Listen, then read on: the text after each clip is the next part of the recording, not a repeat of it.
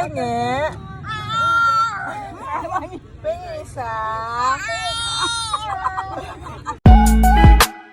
Hello everyone! Today is November 2 at nandito nga kami ngayon sa Eternal Peace. Fast 4 na nga rin nung nakarating kami para nga hindi mainit. Pagdating nga namin ay agad ako nagsindi ng kandila para sa lolo ko at nanay ko na parehong magulang ng papa ko. Ma-share ko nga lang pala sa inyo na hindi ko na naabutan yung lolo ko sa papa ko. Kaya naman wala akong masashare na memories sa kanya. Pero kung tatanungin nyo naman yung sa lola ko, ay naku, baka ilang taon na ako mga mare hindi pa ako natapos. Sobrang dami ko ngang memories with nanay. Madalas talaga naiisip ko pag nagva-vlog ako, for sure kung nandito yun. Madalas nyo makita yun sa video ko. Siya kasi yung nanay na for the go lang. At talagang ang sinasabayan yung mga trip naming mga apo niya. Anyway, nakita ko nga pala tong mga foods na dala nila, kaya naman tinikman ko na agad-agad. Tawang-tawa talaga ako sa pamangkin ko dito sa pinsan ko. Paano nagpapabili na ng mga pailaw at tignan nyo naman ang lolo niya to the rescue. Papakipot pa nga siya dyan, pero ang ending sumama rin naman. Naalala ko tuloy nung kami, kandila mo, masaya na kami. Tapos hanggang mga pali na ka, basta abilog may musang masalese ay okay mo. Ngayon, may paganyang-ganyan na. Pagkatapos ngang ma-assemble ni uncle ko, ay agad-agad nang pinalipad ni Brent yung eroplano niya. Pilot yarn.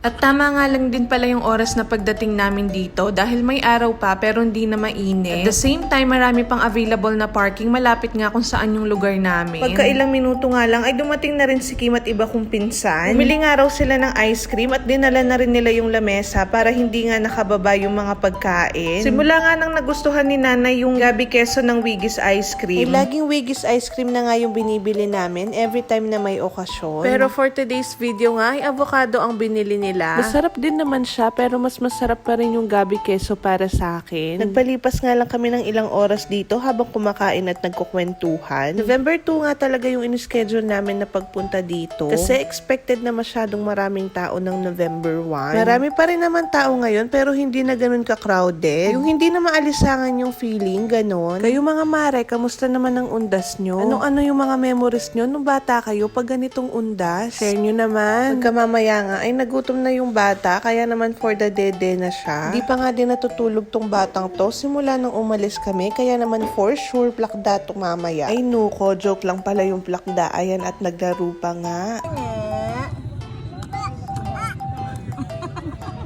Di na tayo na. Penge. Penge isa.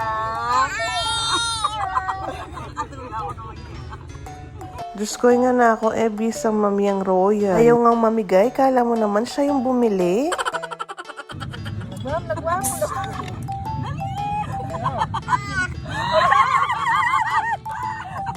Irugo ka mo, ano nga na ako? Inasar pa nga ng tita Bea niya.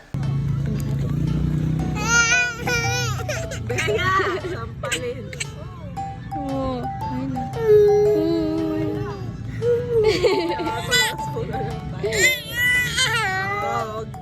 Huwag kasi, dinedede niya na yung royal. Pag nandito si nanay, hindi royal kakainin niya, yung kape. Unti-unti na rin nga dumidilim at unti-unti na rin dumadami yung mga insektong lumilipad. Kaya naman sabi ko ay maya-maya rin ay uuwi na kami.